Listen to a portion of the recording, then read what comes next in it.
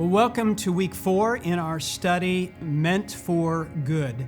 Has your story personally ever not made sense? Have you gone through a season of your life where it just seems, Lord, I'm doing all the right things, and yet problems are coming my way? I don't know why I've ended up in this pit or this prison or in this job.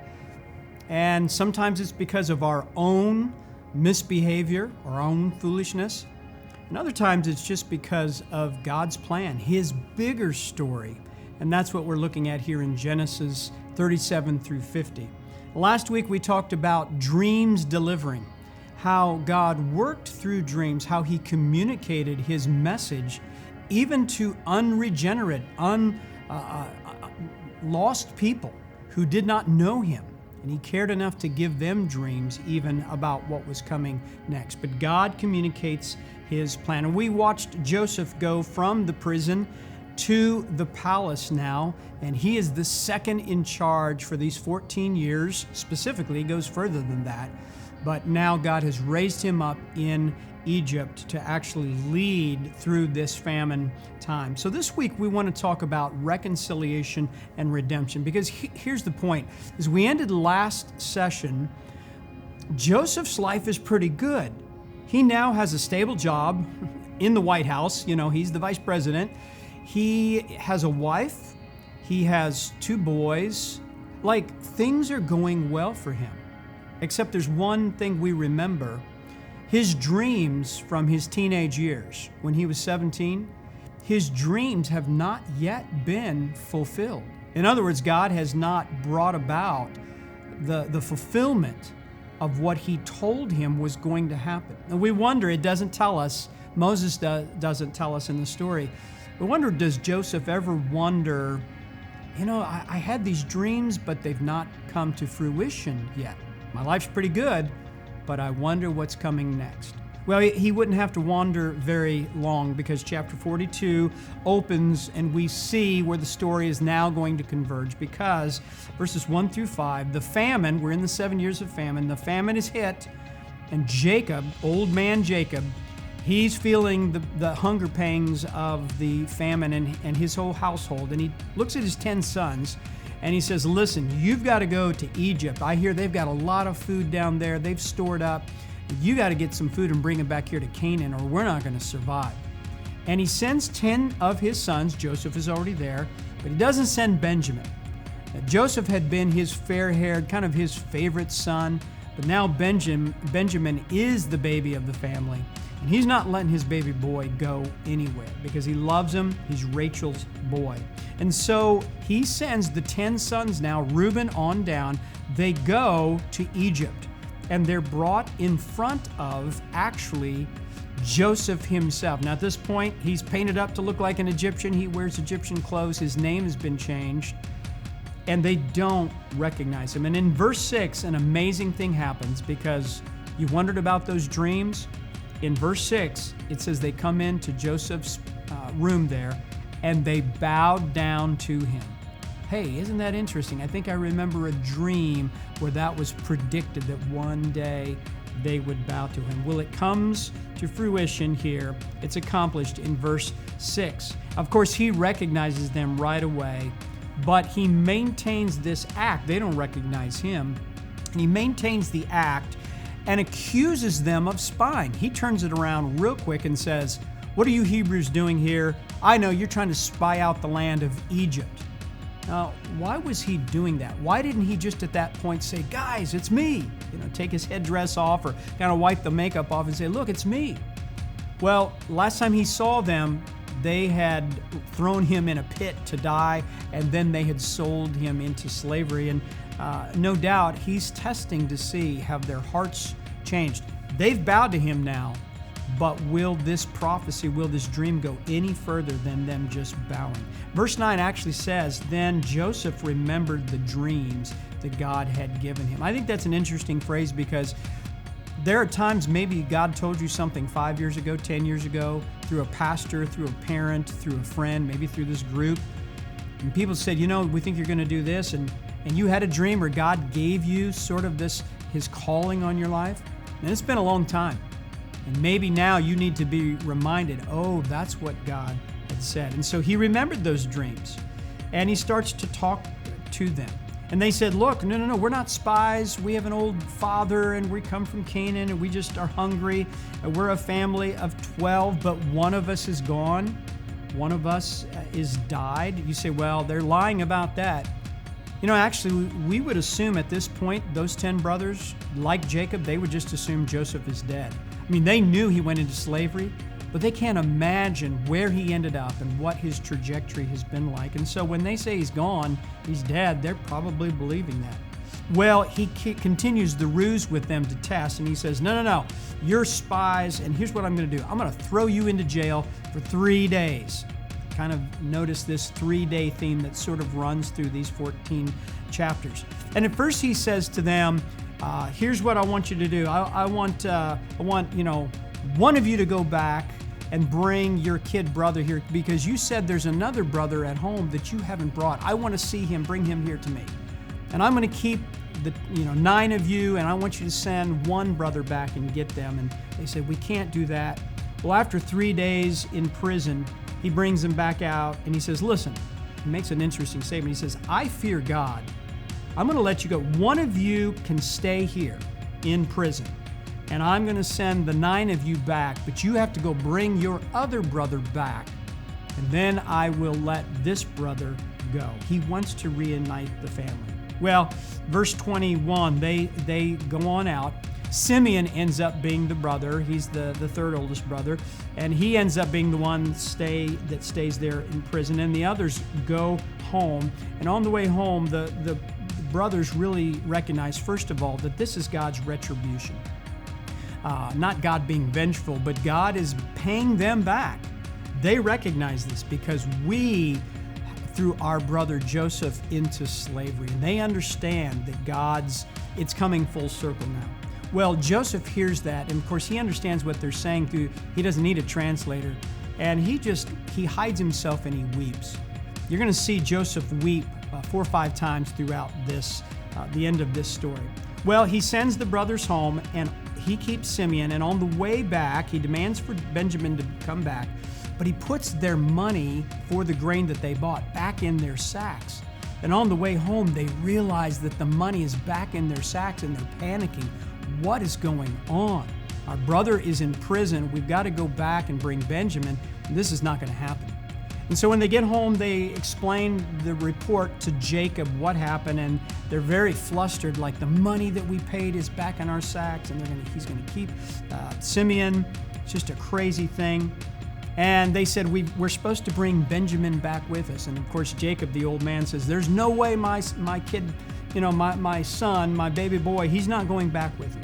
Reuben steps up, and Reuben does try to make a change throughout the story. Reuben says, look, he goes, you can put it on me.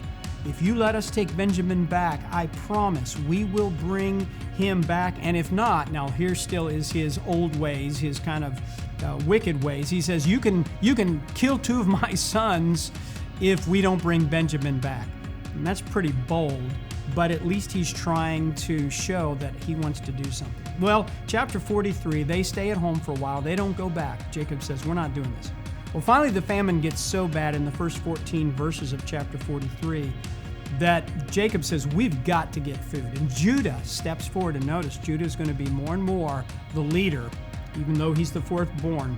And he says, Dad, we have got to go back there, and we have got to take Benjamin with us. And Jacob doesn't want to do it, but Judah really mans up in this passage, and he says, listen, I will. He doesn't offer someone else. He says, Dad, I promise you, on my life, on my name, I will lay my life down for this boy. I will protect Benjamin. You put him in my care.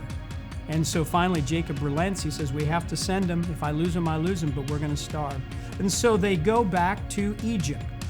They come back into the palace there, or into Joseph's, his courtyard, into his area. They bring gifts. They bring double the money back to Egypt, and they bring Benjamin with them. Verses 18 through 24, when they get there, Joseph is not yet there, and they tell his servant, they say, listen, here's a dilemma. It's a funny thing. We made payment last time, but on our way home, we found the money in our sacks, and we didn't do that. We're bringing money back, and we've got more money to buy more grain. And the servant says, don't worry. He says, your God gave you the money. He goes, I got your payment.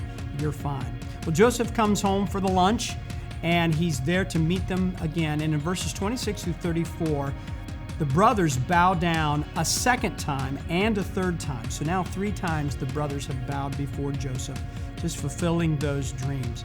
And Joseph sees them again, and he has to turn around, and for a second time, he weeps. They eat a little meal, and he puts the Egyptians at one table. Joseph eats at a second table, and he puts the brothers at a third table. And surprising them, he orders them in order of age. They're thinking, how does he know how old we are? He gives 5 times the food to Benjamin. Well, chapter 44, they're ready to go back home. Simeon's brought out. He's going to be with them. And they buy the grain. But Joseph tells his servants, like before, he says, put the money back in the sacks, and especially take my silver cup here from the table and sneak it into Benjamin, the youngest's sack, and send them out. Well, they all head out. They think they've got their grain, and sure enough, he sends his servants after them, you'll notice here in chapter 44, and says, what have you done? And they open the sacks, and Benjamin has the silver cup, the silver chalice of Joseph. And he's going to be thrown into prison now. Now their money, they found the money back in the sacks. And now they just don't know what's going to happen. So they all come back into Joseph's, into his home there. And it says, verse 14, Judah and his brothers came back in. Notice now, Judah, the language, Judah is the leader of this family. He's the leader. And Judah offers, he says, look, don't take it out on Benjamin. I don't know what's going on, but let us all be your slaves. And the Bible says they all bowed down. This is the 4th time that they bow down to Joseph. Joseph says, no, I'm going to keep Benjamin. He will go to prison, and the rest of you go home. Now, I want you to especially read verses 18 through 34, because this is Judah's man speech. I mean, this is one of the longest speeches in the book of Genesis, and it is just flat out manly. In other words, by manly, I mean he steps up and takes full responsibility. He tells the family story. He says, we think our brother's dead. Our father Jacob, his heart has been broken. And I am offering myself to be the substitute for Benjamin. Take me, not him. Well, chapter 45, Judah now has come full circle, hasn't he? He's the leader. He's a righteous man. He is laying down his life as a sacrifice. Well, in chapter 45, Joseph can't handle it anymore. He puts all the Egyptian staff out of the house. He weeps for a 3rd time, and now he announces his identity to the brothers. Can you imagine how shocked they were? After all of these years, after 13, 14, 15 years, they're finally seeing this brother that they thought was dead. And he says 4 things to them about God's providential plan. First of all, he says, do not be upset and don't be angry with yourselves because you sold me here. Isn't that amazing of his integrity and his care for his family? He says, guys, don't you be upset. I don't think I would say that. I think I might be going, well, you boys put me here. No, he says, don't be angry with yourself. Number 2, he says, God sent me ahead of you to do this, to preserve the family. Number 3, he says it again, you did not send me here, God did. And then the 4th thing he says is, God made me the Lord over Egypt. Joseph has a front row seat after all these years. It's crystal clear in his mind, the providential plan of God. And so as the chapter ends out, he says, listen, I want you to come get Dad and bring the whole family back here, live in Goshen. That's a suburb outside of Memphis, outside of Egypt there, a nice land where they can pasture all their flocks. Bring Dad and everyone, because we got 5 more years of famine. And then he weeps some more. That's the 4th time he weeps in verse 14. And this is what happens. Verse 16 through 21, Pharaoh is excited to hear Joseph's family has been found because he likes Joseph. Pharaoh sends moving trucks and a whole team back. They go to Canaan. Joseph sends gifts. The brothers give their report to Jacob. He is flabbergasted that Joseph is really alive. And as this chapter ends, once again, this part of the story, we see What is the picture of Christ? Well, Christ here, like Judah, his ancestor, his predecessor, Christ is the sacrificial substitute. Christ will lay down his life for us. And so a couple of things as you go to discussion and your own study with your group and personally. First of all, the sign of real sorrow is sacrifice. How do we know if someone is repentant? It's if they're willing to relinquish their life, if they're willing to give their life up and offer themselves as a sacrifice. And that's what Judah did. Number two, personal responsibility produces change. I want to talk to the men especially. We need to step up and stop generational sin. Women, moms, wives, if you have men in your life that you need to pray for, pray that the men will be men. Whether you have a 12-year-old man in your house or whether you're married to a man, we need to pray that the men in our communities and our families take personal responsibility for their own sins, for their own actions. And I would say that to the women as well, but especially to you men. Providence does deliver here, doesn't it? What God plans, He produces. What God plans, He produces. And so as we study, just remember the story's not about you, the story's not about me. It's God's story, and He brings about reconciliation and redemption. All we have to do is walk with Him and watch Him unfold the story.